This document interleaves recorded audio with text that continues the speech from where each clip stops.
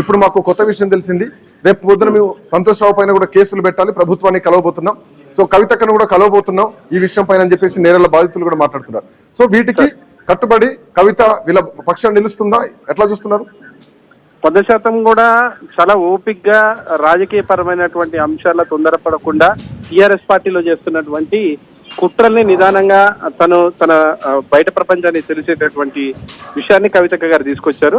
మేము ప్రధానంగా చెప్పేది బీఆర్ఎస్ పార్టీలో ఒకటే, 3వ దఫాల బీఆర్ఎస్ పార్టీ ఓడిపోవడానికి ఉన్నటువంటి కారణాలు రివ్యూ చేసే క్రమంలో ప్రధానంగా కేసీఆర్ గారు ఒక నాయకత్వాన్ని ప్రజలు ఒప్పుకున్నప్పుడు కూడా పక్కనున్నటువంటి ఇప్పుడు ఎవరైతే కవితక్క మెన్షన్ చేసినటువంటి పేర్ల వ్యక్తులు ఎవరైతే ఉన్నారో వాళ్ళు ఇంటర్నల్ గా చేసినటువంటి కుట్రల వల్లనే టీఆర్ఎస్ పార్టీ ఓడిపోయిందనేది బలంగా కవితక్క చెప్పడం జరిగింది.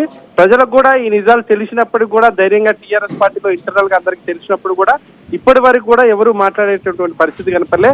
ఇలా 100% కూడా కవితక్క పార్లమెంటు స్థానంలో పోటీ చేసినప్పుడు నిజామాబాద్ లో ఓడిపోయినప్పటి నుంచి ఆమె లిక్కర్ కేసుల ఢిల్లీకి జైలుకు పంపించే క్రమం దగ్గర నుంచి మొదలు పెడితే స్టిల్ ఇవాళ వరకు టీఆర్ఎస్ పార్టీలో ఉన్నటువంటి నాయకులు కనీసం కేసీఆర్ గారి బిడ్డ అనే గౌరవం లేకుండా ఏకవచనంతో మాట్లాడుతూ వెటకారంగా మాట్లాడుతూ కవితక్క వ్యక్తిగతమైనటువంటి అంశాలను కూడా చాలా దారుణంగా వాళ్ళకున్నటువంటి సోషల్ మీడియా వింగులతోటి నెలలు జీతాలు ఇస్తూ వాళ్ళ కవిత క్యారెక్టర్ కూడా ఇబ్బంది పెట్టేటటువంటి పరిస్థితి చేయడం జరిగింది. ప్రజలకు కూడా అర్థమైంది. ఇలా 100% కూడా తెలంగాణ వ్యాప్తంగా ఉన్నటువంటి బీఆర్ఎస్ పార్టీలో అంతర్లీనంగా ఉన్నటువంటి ఉద్యమకారులైనటువంటి నేపథ్యం ఉన్న వాళ్ళు కూడా కవితకు మద్దతు ఉంటున్నారు. 100% సంతోష్ రావు కుట్రల్ని కూడా కవితకి ఏదైతే చెప్పిందో ఇప్పుడు ఆయన బాధితులు కూడా మొత్తం కూడా రాష్ట్ర వ్యాప్తంగా ఉన్నటువంటి వాళ్ళు కూడా ఇప్పటికే బీఆర్ఎస్ పార్టీ కవిత హరీష్ రావు స్టాండ్ తీసుకున్నారు, కేసీఆర్ గానీ హరీష్ రావు స్టాండ్ తీసుకున్నారు కాబట్టి కవితను నిర్దాక్షిణ్యంగా పార్టీ నుంచి బయటకు పంపించారు. అండ్ అక్కడక్కడ సోషల్ మీడియాలో కొన్ని వార్తలు కూడా వస్తున్నాయి. Even BRS party news handle పైన కూడా ఒక్కొక్క ట్వీట్ కనిపిస్తోంది.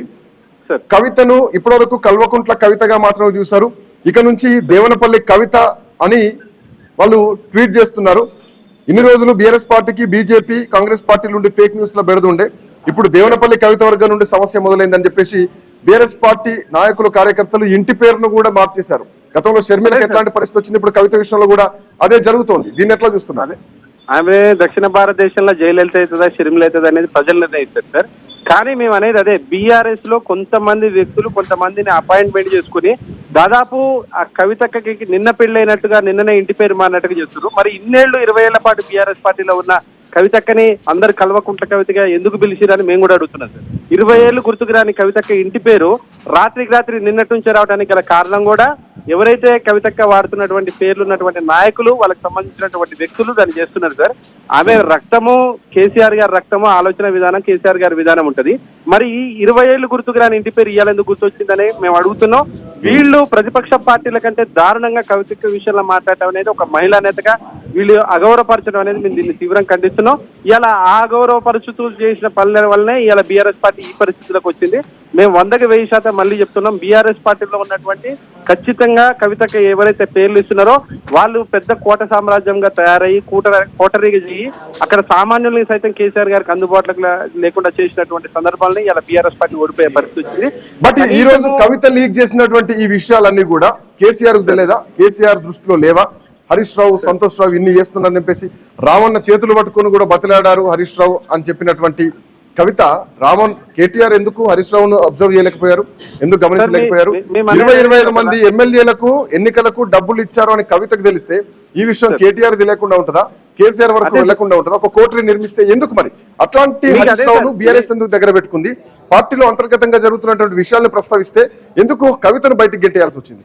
కేసీఆర్ గారు తెలంగాణ యొక్క రాష్ట్రం యొక్క స్వరూపాన్ని మార్చే క్రమంలో రాజకీయపరమైనటువంటి అంశాలలో చాలా సుదీర్ఘమైన ఆలోచనలతోటి చేసినటువంటి నాయకుడు. కానీ 2వ దఫాల ప్రభుత్వం అధికారంలోకి రాగానే హరీష్ రావు గారికి మంత్రి పదవి ఇవ్వటంలో ఇలాంటి విషయాలు కేసీఆర్ గారి దృష్టిలో ఉండటం వల్లే పదవి ఇవ్వటం అనేది చాలా రోజులు ఆపినటువంటి సందర్భం వచ్చింది.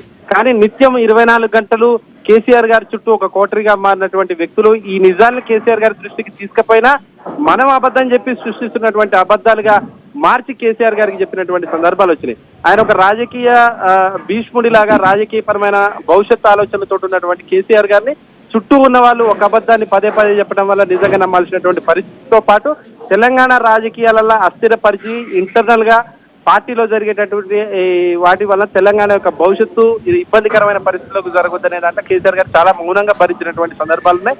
ఇప్పుడు అనివార్యంగా కేసీఆర్ గారి పరిస్థితిని దృష్టిలో పెట్టుకుని వీళ్ళ చేసేటటువంటి ఆగడాలు పెంచిమీరిపోయినాయి. దీన్ని ఒకళ్ళ నుంచి ఒకళ్ళ విధంగా ఇప్పుడు ఏదైతే కుట్రలు బయట పెడుతున్నామో ఇవన్నీ 100% జరిగినవి. ఇలా నేరెళ్ల బాధ్యతల కాడ నుంచి మొదలు పెడితే కొన్ని అంశాలల్లో పేరు బయటికి రాకుండా చేస్తున్నటువంటి కుట్రల్ని కవితక్క బయట పెడుతుంది. ఇప్పుడే కాదు, టీఆర్ఎస్ పార్టీలో ఉండి ఎవరైతే ఇలాంటి కుట్రలు చేసి రాజకీయపరమైనటువంటి అంశాలలో బీఆర్ఎస్ పార్టీలో ఉన్నటువంటి మెయిన్ నాయకత్వాన్ని కవితక్క లాంటి స్వతంత్రంగా పనిచేసేటటువంటి నాయకుల్ని దెబ్బకొట్టేటటువంటి వాళ్ళ భాగవతాలు, చీకటి భాగవతాలు కూడా బయట పెడతాం. టీఆర్ఎస్ పార్టీని ఇప్పటికైనా ప్రక్షాళించాల్సినటువంటి సందర్భం వచ్చింది. ఏళ్ల తరబడి ఉన్నటువంటి కవితక్కని పక్క పార్టీల నుంచి వచ్చిన వాళ్ళు ఇలా నోటుకొచ్చినట్టు మాట్లాడితే తెలంగాణ ఉద్యమంలో ఉన్న వాళ్ళు కానీ తెలంగాణ నేపథ్యం ఉన్న వాళ్ళు కానీ సహించే పరిస్థితి లేదు. ఈ రాజకీయపరమైన కుట్రలు ఇక నుంచి ఖచ్చితంగా కూడా పార్టీ బాగుంటుంది. ఇప్పుడు కవిత చేసినటువంటి ఆరోపణల తర్వాత ఈ కాళేశ్వరం కేసు విషయం ఇంకొక కొత్త దిశగా ఏమైనా ఎంక్వైరీ స్టార్ట్ అయ్యే ఛాన్సెస్ ఉన్నాయా? ఎక్కడ ఆ రోజు మంత్రిగా హరీష్ రావు ఉన్నారు, ఆ రోజు మీటింగ్ హరీష్ రావు పెట్టారు, ఆ రోజు అధికారులు హరీష్ రావే పూర్తిగా ఉన్నారు, దీంట్లో బాధ్యతగా ఇరిగేషన్ మంత్రిగా ఆయనే ఉన్నారు. కేసీఆర్కి ఏం సంబంధం, హరీష్ రావుకి పూర్తి సంబంధం అని మాట్లాడిన మాట తర్వాత ప్రభుత్వానికి ఒక సవాల్ విసిరారు, దీనిపైన ఎంక్వైరీ చేస్తారా చేయరని చెప్పేసి. ఇంత జరుగుతుంటే కేసీఆర్ ఎందుకు అలర్ట్ చేయలేకపోయారు? సో పూర్తిగా కేసీఆర్ పేరు మీదనే పీసీ ఘోష్ కమిషన్ మొత్తం కూడా విచారణ జరిగింది. ఆ రోజు ఉన్నటువంటి ముఖ్యమంత్రి అని అన్నారు తప్ప హరీష్ రావు పేరు కానీ ఈటల రాజేందర్ పేరు కానీ ప్రత్యేకంగా ఎక్కడ మెన్షన్ చేయలేదు. సో ఇప్పుడు విచారణ దిశ అడిగేమైనా చేంజ్ అయ్యే అవకాశం ఉంటుందా సిబిఐలో కానీ, లేదంటే రేపొద్దున రాష్ట్ర ప్రభుత్వం సిబిఐని ఇన్వాల్వ్ చేసింది కాబట్టి బాధ్యత ప్రభుత్వం మీద ఉన్నది సార్. రేవంత్ రెడ్డి గారికి మరి వాళ్ళకి ఇంటర్నల్ సంబంధాలు కనుక ఉండి మళ్ళా కేసీఆర్ గారే టార్గెట్ గా పెడితే మాత్రం ప్రజలు నమ్మే పరిస్థితి లేదు. ఎందుకంటే కాళేశ్వరంలో తొందరపాటుగా కంప్లీట్ చేసి తొందరగా పక్క రాష్ట్రాలతోటి ఇబ్బంది జరగకుండా నీళ్ళని తీసుకురావాలన్న ఆలోచనలతోటి అలా హరీష్ రావు గారికి కేసీఆర్ గారు బాధ్యత చెప్పినటువంటి సందర్భం ఉంది. కానీ తొందర అనే క్రమంలో తొందరగా పూర్తి చేయాలనే క్రమంలో అవినీతి ఈ మయంగా 100 కోట్ల రూపాయల అధికారులు దొరకడం అనేది చాలా బాధ్యత రహితంగా అందరికీ ఆలోచింపజేసే విధంగా ఉంది. అప్పుడు బాధ్యతగా ఉన్నటువంటి మంత్రిగా ఖచ్చితంగా బాధ్యత తీసుకోవాల్సినటువంటి అవసరం కూడా ఉంటుంది. ఎందుకంటే ఇవాళ వీళ్ళు ఏ పీసీ ఘోష్ కమిషన్ ముందర మాట్లాడే క్రమంలో ఒక కేసీఆర్ గారిదే పూర్తి బాధ్యత మాకు సంబంధం లేనట్టుగా ప్రవర్తించే తీరుని ప్రజలు హర్షించే పరిస్థితులు లేరు. ఆయన బాధ్యతాయుతంగా ఒక ముఖ్యమంత్రికి నిర్ణయం తీసుకున్న తర్వాత దాన్ని పూర్తి స్థాయిలో తొందరగా పూర్తి చేయాలనే క్రమంలో మంత్రి గారికి పూర్తి బాధ్యతలు ఇచ్చారు. కానీ పీసీ ఘోష్ కమిషన్ లాంటి వాటి దగ్గరికి పోయినప్పుడు మాత్రము కేవలం కేసీఆర్ గారే మా ప్రమేయం ఎటువంటిది లేదు, మాకు సంబంధం లేదని మాట్లాడటాన్ని మేము తీవ్రంగా ఖండిస్తున్నాం. 100% కూడా రేవంత్ రెడ్డి కనుక నికార్సుగా ముఖ్యమంత్రి గారి కనుక వాళ్ళతో అంతర్గతంగా ఏమీ లేకపోతే కనుక దర్యాప్తు సంస్థని ఖచ్చితంగా కూడా అసలు రాష్ట్ర స్థాయి దర్యాప్తు సంస్థ. ఇంకో పాయింట్ మధు గారు, తన ప్రాణం పోయినా కేసీఆర్ గాని కేటీఆర్ గాని హాని జరగాలని కోరుకోను, కుట్రలు జరిగినాయి కాబట్టి ఇది నా ఆవేదన అని మాట్లాడుతూ జై కేసీఆర్ జై తెలంగాణ అంటున్నారు. అయితే భవిష్యత్ కార్యాచరణ ఖచ్చితంగా ఒక రాజకీయ నాయకురాలు రాజకీయాల్లోనే ఉండాలి తప్ప ఇంట్లో ఉండేటువంటి పరిస్థితి లేదు. రేపు పొద్దున ఏం చేసిన అంటే బీసీ సంఘాలతో మాట్లాడి, సామాజికవేత్తలతో మాట్లాడి, మేధావర్గంతో మాట్లాడి నా కార్యాచరణ ప్రకటిస్తా, ఈవెన్ జాగృతి నాయకులు కార్యకర్తలతో మాట్లాడి కార్యాచరణ ప్రకటిస్తాను అంటే ఖచ్చితంగా ఒక పార్టీ పెడితే గనక ఏ హాని జరగనివ్వను అని మాటిచ్చినటువంటి కవిత రేపు పొద్దున రాజకీయంగా బీఆర్ఎస్ పార్టీని ఎక్కుపెట్టి ప్రభుత్వానికి కాంగ్రెస్ పార్టీకి ఎక్కుపెట్టే ముందుకు అడుగులు పడతాయనుకోవచ్చు కదా? 100% కూడా సార్. రాజకీయ పరంగా ఇప్పుడున్నటువంటి బీఆర్ఎస్ పార్టీకి నష్టం చేసే విధానంగా ఆలోచన చేయాల్సిన అవసరం లేదని కవిత గారు అన్నారు.